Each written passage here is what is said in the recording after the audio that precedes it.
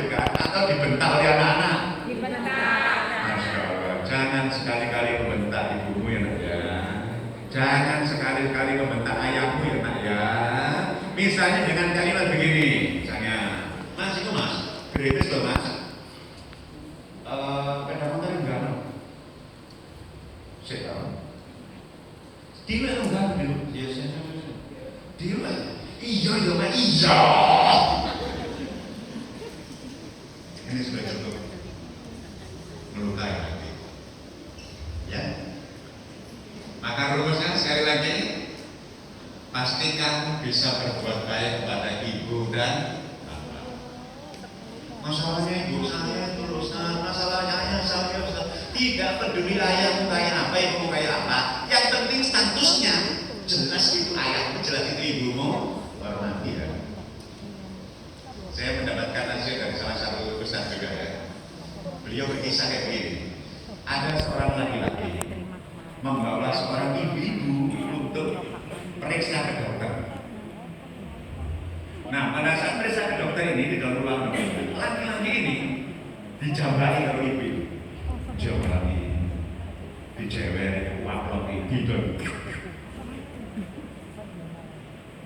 Dokternya kaget. Siapa wanita ini? Itu ibu saya. Itu ibu saya dok.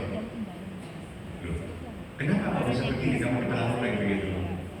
Apakah dia sudah lupa ingatan? Iya dok, dia sudah lupa ingatan. Sejak kapan? Sejak saya lahir. Tapi kenapa kamu mesti berbuat baik sama ibu yang sudah jelas-jelas lupa sama kamu ini? Kenapa? Kan dia sudah lupa sama kamu kalau kamu anaknya dan kamu diperlakukan kayak gitu. Kenapa bisa begitu? Iya dok, ibu saya sudah lupa kalau saya ini anaknya. Tapi Allah SWT akan selalu tahu bahwa wanita ini adalah ibu saya. Dan saya akan tetap bersikap hormat kepada ibu saya meskipun ibu saya sudah hilang ingatan seperti ini. Setelah dikasih resep dan sebagainya, dokter itu kemudian langsung mengunci pintunya, tidak terlepas lagi karena dokter itu sedang menangis tersebut.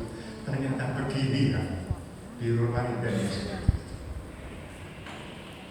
Maka anak laki-laki itu dengarkan anak perempuan. Nanti kalau ada laki-laki yang datang melamarmu, tanya hubunganmu dengan ibumu kayak apa. Kalau hubungannya dengan ibunya jelek, jangan diterima. Kenapa? Ibunya yang lahirkan saja ya, dibegitukan. Apa mana mau sing ini? Ya, jangan diterima laki-laki yang hubungannya buruk sama ibunya. Karena itu indikator laki-laki atau soleh apa tidak itu adalah hubungannya dengan ibunya. Masya Allah. Ya, satu berbuat baik kepada ibu dan bapak. Ya, apapun yang terjadi. Tapi bapak saya itu Ustaz gregetno, itu urusannya bapakmu dengan Gusti Allah. Itu urusannya bapakmu dengan Gusti Allah. Ibu saya itu urusannya ibu dengan Gusti Allah. Urusan dengan Gusti Allah adalah berbuat baik pada orang tua. Ngaten nggih pun Pak ya, nasihat saya. Dan yang jauh lebih penting, ya ayat tadi adalah sebelum berbuat baik namanya sholat. Kita dilahirkan ke dunia ini, dawuhnya Gusti Allah, "Wamal khalaqul jinna wal insan illa liya'budun." Dilahirkan kita ke dunia ini, dihadirkan ke dunia ini, jin dan manusia itu untuk beribadah. Ini misi besar kemanusiaan. Maka siapa yang meninggalkan sholat, dia kehilangan kemanusiaannya. Wallahi siapa yang meninggalkan sholat, dia kehilangan misi besar kemanusiaannya. Maka sholat mana? Sholat, ya sholat. Anak laki-laki nanti kalau kamu kepencut sama perempuan, tanya dulu ya, dia sholat apa enggak? Sebab dia kalau tidak sholat jangan pernah jadikan istrimu. Alasannya apa? Gusti Allah ditinggalkan atau mana dirimu?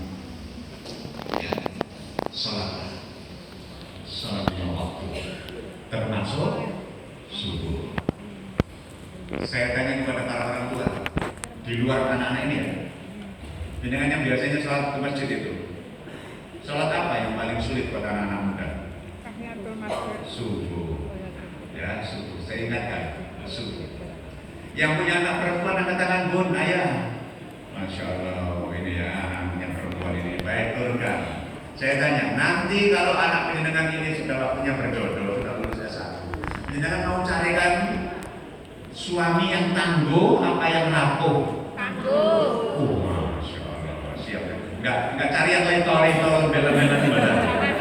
Masya Allah, enggak ya? Masya Allah.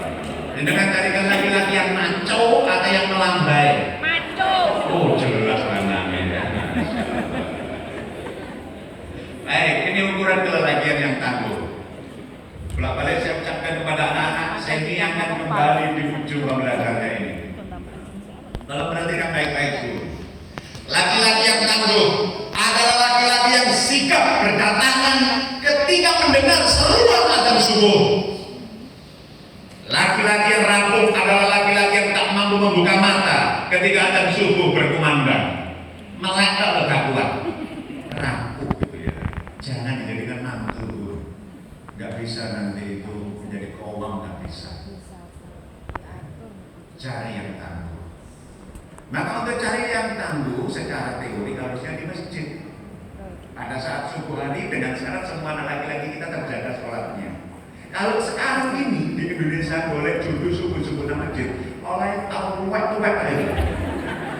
Dia mau naik bogang, dia mau miring-miring ya. Mau takia tapi kangen itu.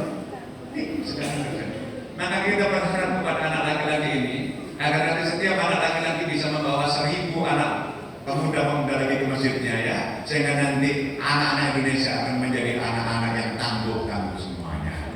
Itu ukuran ketangguhan laki-laki. Ya,